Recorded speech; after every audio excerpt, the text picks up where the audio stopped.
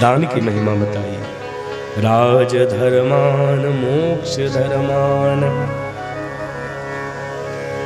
राजा का धर्म बताया। भीष्म पितामह कहते हैं युधिष्ठिर, राजा का सबसे बड़ा धर्म है कि राजा को ना तो अन्याय करना चाहिए और ना ही अन्याय होते देखना चाहिए। ये राजा का सबसे पहला धर्म है।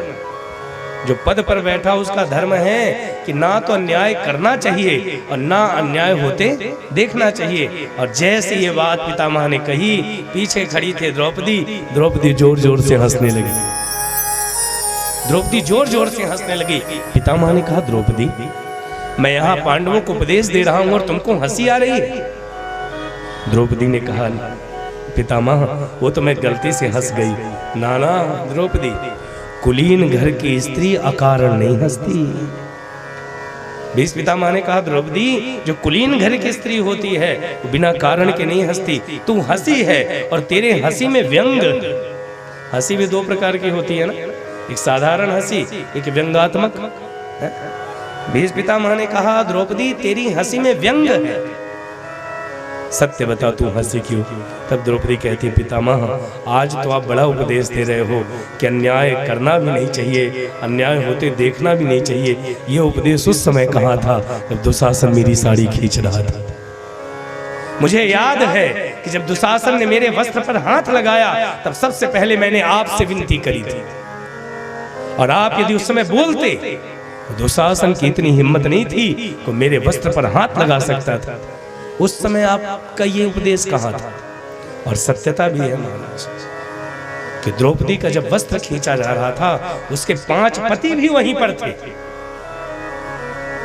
गुरु द्रोण भी वहीं पर थे, पितामह भीष्म भी थे, कृपाचार्य भी थे, पूरा दरबार भरा था, लेकिन किसी ने आवाज नहीं उठाई थी, मात्र और मात्र विदुर के अलावा। इसके अलावा सब चुप थे, कोई भी आवाज नहीं उठा रहा था। विदुर ने उठाया, विदुर को चुप करा दिया। द्रौपदी ने भीष्म पितामह से आवाज लगाई, पितामह आप कुरु वंश में सबसे श्रेष्ठ हो, सबसे बड़े हो, आप कहिए नहीं से। भीष्म पितामह चुप। गुरु द्रोण को कहा, धृतराष्ट्र को कहा कि बड़े पिताजी आपको दिखाई तो नहीं देता, लेकिन मेरे करुण स्वर आपको सुनाई तो दे रहा होगा, आप कहो ना अपने बेटे को। धृतराष्ट्र चुप, पांडव चुप, सब चुप। तब कृपाचार्य ने आवाज तो नहीं उठाई, लेकिन इशारा कर दिया कि जब दुनिया नहीं सुनता तभी तो मुरली वाला सुनता है। और तब द्रौपदी ने कृष्ण को पुकारा, और सूरदास जी ने अपनी पंक्ति में लिखा भी है, मेरी क्या बिगड़ेगी जाएगी लाज तुम्हारी, तुम्हारी जाएगी लाज तुम्हारी।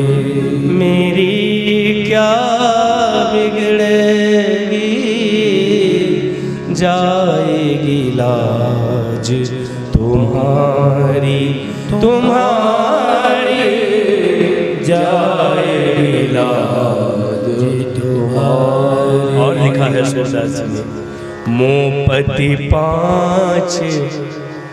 5 की द्रौपदी सभा बीच उघारी, सभा बीच उघारी।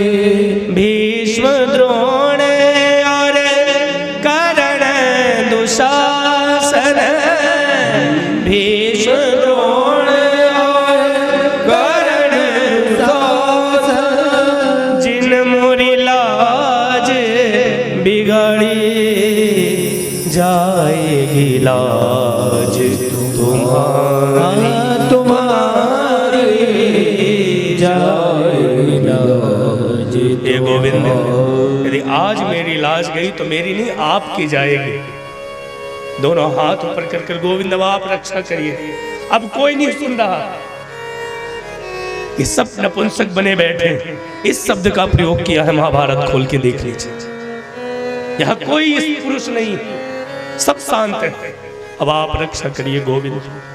और फिर देखो भगवान की कृपा कि दुशासन चीर खींचते खींचते थक गया, द्रौपदी की चीर समाप्त नहीं हुई महाराज, क्योंकि द्रौपदी ने अपना जीवन कृष्ण को सौंप दिया था। और तब कृष्ण ने आकर द्रौपदी की रक्षा करी। वही बात द्रौपदी ने आज पितामह को याद दिलाई।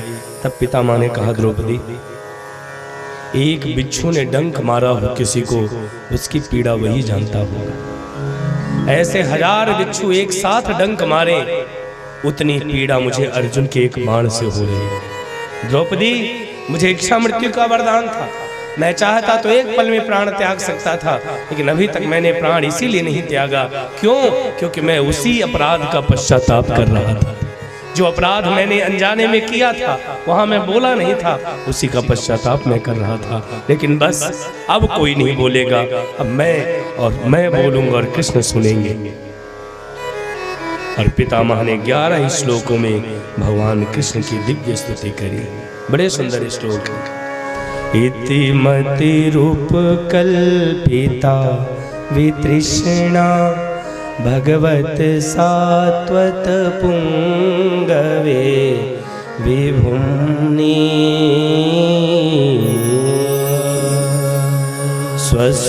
स्वसुखमुपगते क्वचित् द्विहर्तुं प्रकृतिमुपेयुख यद्भव प्रवाह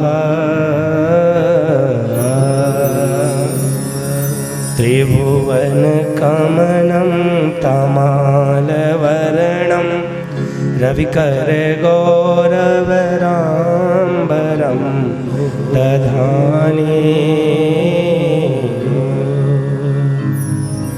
वपुरल ककुलावृताननाब्जं विजय सखे रतिरस्तु मे नवद्या। इस तरह से 11 श्लोकों में पितामह ने भगवान की स्तुति करी। भगवान ने कहा, प्रभु, वैसे पितामह का कभी आप मूल भागवत जी का पाठ करके देखिएगा, शब्द पहला क्या रखा? इति। थोड़ा ध्यान से सुनिएगा, सुधी सुनिए। भीष्म पितामह ने स्तुति का पहला शब्द क्या रखा? इति मति रूप कल्पिता वितृष्णा। जबकि इति शब्द विश्राम सूचक है।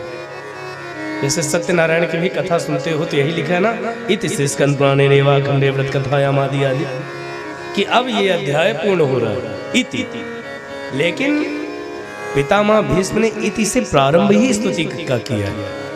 इति मति रूप कल्पिता वितृष्णा भगवत सात्वत पुंगवे विभुम्नि स्वसुखमुपगते क्वचिद्विहर्तुं प्रकृतिमुपेयुख यद्भव प्रवाह। जबकि इति शब्द विश्राम सूचक है, लेकिन यहाँ प्रारंभ ही इति से किया है। क्यों? क्योंकि जब मन निर्मल हो जाए तभी प्रारंभ करना चाहिए महाराज। इसलिए यहाँ इति शब्द से प्रयोग किया। इति मति रूप कल्पिता वितृष्णा। हे गोविंद, मैं आपको कुछ देना चाहता हूँ। भगवान कृष्ण ने कहा, ये जन्म तो मेरा लेने के लिए ही है। पूतना का जहर लिया, गोपियों का माखन लिया, पांडवों का सारथी होना स्वीकार किया। कृष्ण जन्म तो मैंने लेने के लिए ही लिया है। अब बताओ आपको क्या देना है? पितामह ने कहा, कृष्ण, मेरी एक बेटी है, मेरी एक पुत्री है। अब जैसे ही भीष्म पितामह ने कहा मेरी एक पुत्री है, तो पांडवों के दुकान खड़े हो गए। पांडवों ने कहा, ये बाल ब्रह्मचारी है और इनकी पुत्री कहां से आ गई? तब भीष्म पितामह ने कहा, उल्टा पुल्टा अर्थ मत लगाओ, मेरी पुत्री का नाम है मति, मेरी बेटी का नाम है मति। और कृष्ण, मैं चाहता हूं कि आप मेरी मति को अपनी श्रीमती बना लो, मेरी मति को आप श्रीमती बना लो। इसीलिए कहा इति मति रूप कल्पिता वितृष्णा। क्यों? क्योंकि अभी तक मेरे मन में तृष्णा, द्वेष, अहंकार आदि आदि भरा था, लेकिन अब मेरी मति निर्मल हो गई है। और भगवान को निर्मल मन ही तो स्वीकार है महाराज।